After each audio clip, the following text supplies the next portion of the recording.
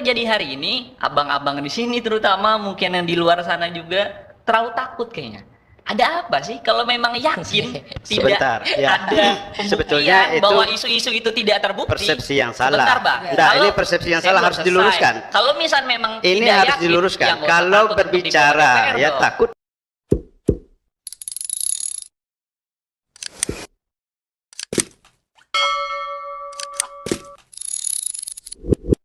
Ingin menyampaikan beberapa hal, terutama untuk mengkritisi beberapa penyampaian yang tadi disampaikan oleh abang-abang. Pertama, saya ingin meluruskan bahwa bukan keputusan MK istilahnya, tapi putusan Mahkamah Konstitusi. Berbeda keputusan dengan putusan. Itu yang pertama.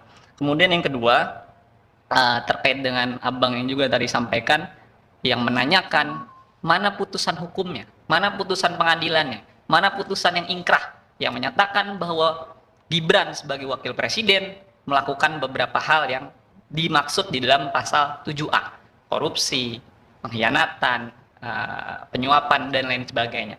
Saya ingin sampaikan di sini dan saya ingin luruskan bahwa konsep mekanisme pemakzulan presiden dan atau wakil presiden sebagaimana yang termaktub di dalam pasal 7A, 7B mekanisme itu mengadopsi konsep forum privilegiatum namanya. Konsep forum privilegiatum ini konsep yang intinya adalah memberikan forum khusus bahwa untuk menegakkan atau menindak wacana pemakzulan atau pemberhentian terhadap presiden dan atau wakil presiden itu tidak perlu ada putusan pengadilan terlebih dahulu, katakanlah peradilan yang berada di bawah Mahkamah Agung. Makanya setelah amandemen Undang-Undang Dasar yang terjadi itu memasukkan Mahkamah Konstitusi sebagai cabang kekuasaan yudikatif sebagai salah satu part atau bagian untuk memutuskan dan menilai apakah pendapat DPR ini benar terkait dengan dugaan-dugaan korupsi, penyuapan, dan lain sebagainya tadi. Tegasnya tidak perlu harus ada putusan pengadilan dulu. Jadi abang-abang dan bapak-bapak, saya ingin luruskan di sini bahwa tidak perlu ada putusan hukum, perlu dipahami itu dulu. Konsep dan juga mekanisme yang ada dalam pasal 7B itu tidak perlu ada putusan hukum terlebih dahulu. Makanya kenapa di pasal 7B itu menyatakan bahwa usul atau pendapat DPR. Adenda gini ya. Itu yang gini ya. Alasannya apa? Alasannya apa? Yang menjadikan itu kan alasannya apa? Alasan untuk dimazulkan itu apa? Kalau persoalan dari pencalonan, administrasi dan lain-lainnya itu sudah clear. Nah, kini pelanggaran apa yang sudah dilakukan oleh seorang Gibran gitu? Sabar, saya sampaikan satu persatu dulu. Abang tadi sampaikan saya tidak ada menginterupsi. Nah, ini giliran saya dulu. Ya, ini kita debat. Ya. Kita debat di sini. Intinya sepakat dulu bahwa konstitusi kita mengatur seperti itu, tidak perlu ada putusan pengadilan terlebih dahulu untuk DPR memberikan usulan atau pendapatnya. Dasarnya apa itu? Nah, dasarnya ya konstitusi pasal 7B. Bang, 7B itu bahwa usul pendapat DPR bisa yang memprosesnya bila DPR meyakini bahwa ada poin yang dilanggar oleh presiden atau wapres.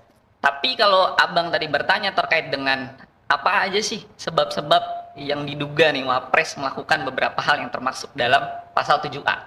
Kalau kita melihat beberapa hal yang terjadi, salah satunya yang disampaikan oleh Maijen TNI Purnawirawan Bapak Sunarko, beliau dan Jen Kopassus, beliau sampaikan bahwa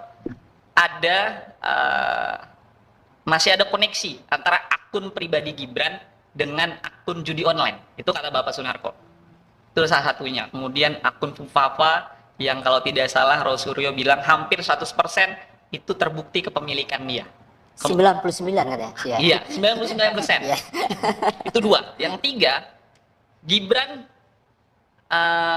tetap melanjutkan proses pencalonan dia kemarin ketika menjadi calon wakil presiden ya.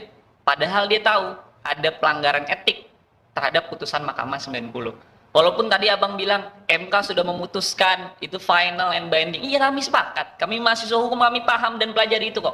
Cuma harus dibedakan nih. Putusan MK kemarin terkait dengan judicial review atau pengujian terhadap undang-undang pemilu kemarin itu berbeda dengan putusan MK yang ada dalam pasal 7B. MK di situ punya kewajiban untuk memeriksa, memutus dan mengadili pendapat DPR. Jadi itu yang pertama. Gibran dia melakukan pengabaian. Dia tahu nih ada pelanggaran etik, ada hakim yang terbukti melakukan pelanggaran etik menurut putusan MK, tapi dia tetap melanjutkan. Itu kan juga jadi pertanyaan.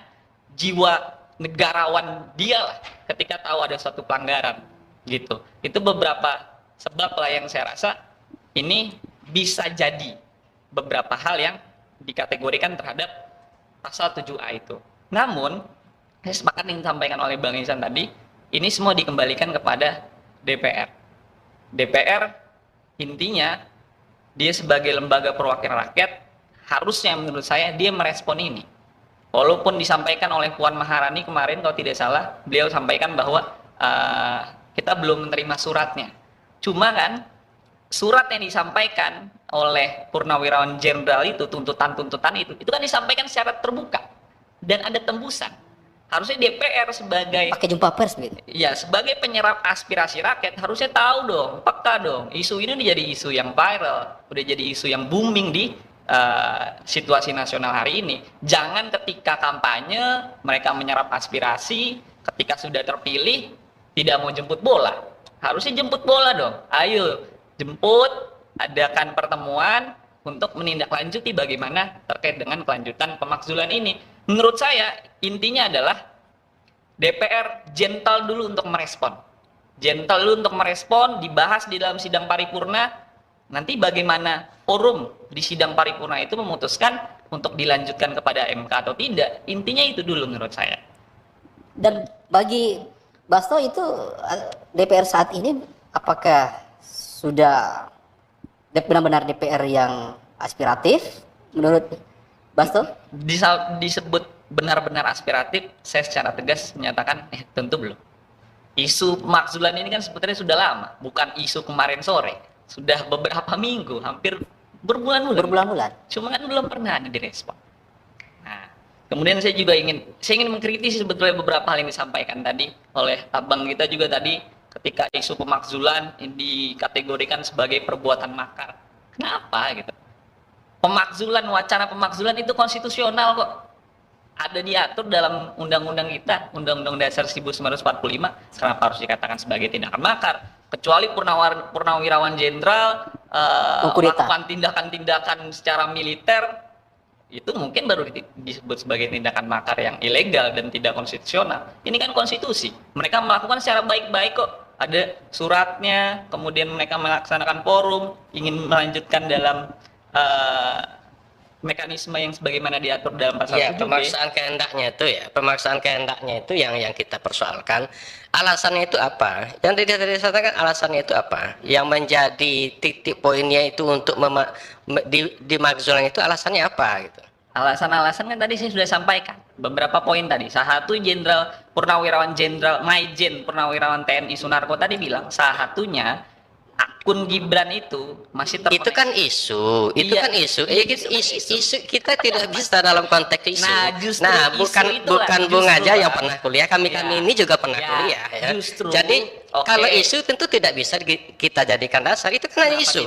Isu lalu dibangun sebuah narasi. Kenapa ini dalam konteks ini ya makanya saya katakan itu Purnawirawan ini adalah sebagai perbuatan makar. Nah, menurut saya tidak, karena ini itu pandangan Anda yang tidak.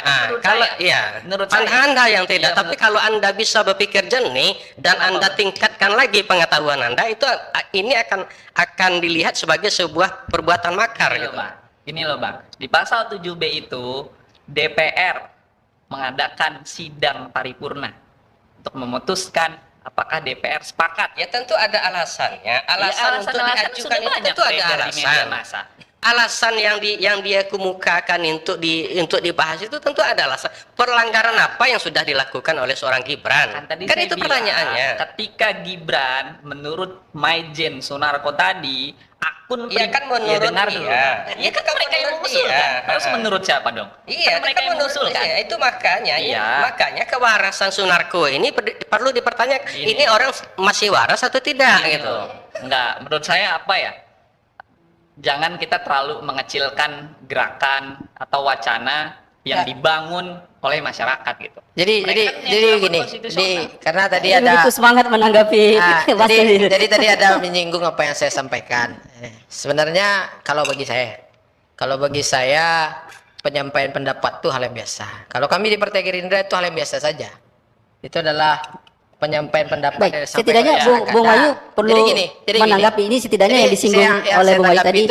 Tadi kata Bung Wahyu bahwa tidak harus ada dulu putusan vonis pengadilan, baru sebagai dasar itu yang ditanggapi bahwa itu salah. Itu tanggapan Bung Wahyu apa soal itu? Untuk menindaklanjuti secara tingkatannya, kalau misalnya ke MK tadi memang tentu harus ada putusan. Tidak mungkin orang sekonyol-konyol, tidak mungkin orang sekonyong-konyong. Nih kami berempat bicara, kita mau bubarkan saja negara ini karena isunya negara ini sudah mau dihancurkan. Apakah itu bisa dijadikan alasan? Ini.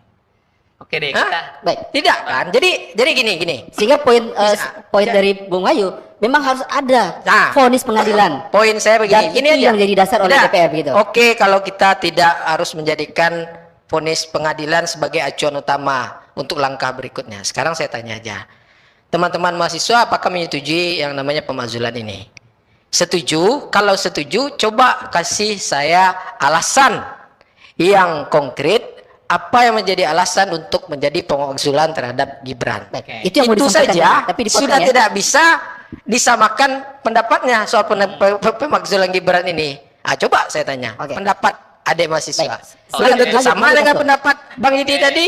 Iya kan? Belum tentu sama juga sama pendapat penawaran tadi. Kan begitu. Ya, silakan lanjut, Pak So. Jawab. Perlu saya ulang lagi sepertinya apa hipotesis ya yang menjadi sebab mengapa Gibran ini mendapatkan posibilitas ya, kemungkinan untuk dimaksudkan. Saya juga sebagai masyarakat, sebagai mahasiswa pun tidak punya wewenang untuk menjamin bahwa beberapa hipotesis tadi memang benar-benar akan terbukti. Pertama tadi ketika akun Fufufafa 99% menurut Roy Suryo itu terbukti kepemilikan dari Gibran. Yang kedua, akun pribadi Gibran terkoneksi dengan judi online. Yang ketiga, pengabaian dia terhadap putusan MK ketika mengatakan ada pelanggaran etika. Dia tetap langgeng saja untuk menjalankan proses pemilu kemarin. Dan yang keempat, satu lagi yang tadi saya dipotong ya, ada wacana yang beredar, Almas sebagai pemohon putusan 90 kemarin, dia akan menggugat secara keperdataan ke pengadilan Gibran. Menggugat Gibran secara keperdataan. Berarti kan ada hipotesis. Yang digugatnya apa nih? Gibran. Berarti kan ada kemungkinan. Ya maksudnya Gibran digugat dalam persoalan apa itu ya? yang secara masih dirahasiakan kami belum tahu. Berarti kan ada hipotesis, ada pelanggaran kesepakatan nih yang dilakukan antara personal Gibran dengan personal Almas. Karena itu kan isu ini berarti kan? Ya justru ini makanya Saya mau konfirmasi dulu. Saya mau konfirmasi ke Pasto. Pasto, Almas ini ikut jaringan apa juga? Presiden BEM se-Indonesia dia. Maksudnya? Ini, abang harus baca dulu deh. Pasal 7B. Pasal apa? Baca di situ. Bacakan pasal itu, apakah di situ isu terhadap negara bisa dijadikan alasan untuk menguji konstitusi? Coba bacakan. Saya udah baca, abang udah baca belum? Apakah di situ isu? Frasa di situ, DPR memberikan pendapat dan DPR memberikan pendapat dan usulan loh, berdasarkan apa? Sederhananya apa? Sederhananya gini. Isu-isu ini, apakah isu itu menjadi bagian dari ya? Coba isu. Tuntaskan dulu. Coba. Ayo dong, fair dong. Kita bicara fair. jangan diputus. Gini loh, isu-isu yang beredar ini DPR sebagai lembaga perwakilan rakyat dan punya wewenang untuk mengusulkan. Jemput dulu dong aspirasinya. Ketika memang dugaan-dugaan isu dari masyarakat itu menurut DPR tidak terbukti, ya sudah tidak perlu dilanjutkan kepada MK. Tapi nampak yang terjadi hari ini, abang-abang di sini terutama, mungkin yang di luar sana juga terlalu takut kayaknya. Ada apa sih kalau memang yakin tidak ada sebetulnya itu bahwa isu-isu itu tidak terbukti? Persepsi yang salah. Nah, ini persepsi yang salah harus diluruskan. Kalau misal memang ini tidak harus yakin, diluruskan. ya Kalau berbicara ya takut tidak. Kan sudah kita sama-sama dengar. Ya sudah dibawa ke DPR. Sebagai ketua DPR, Mbak Puan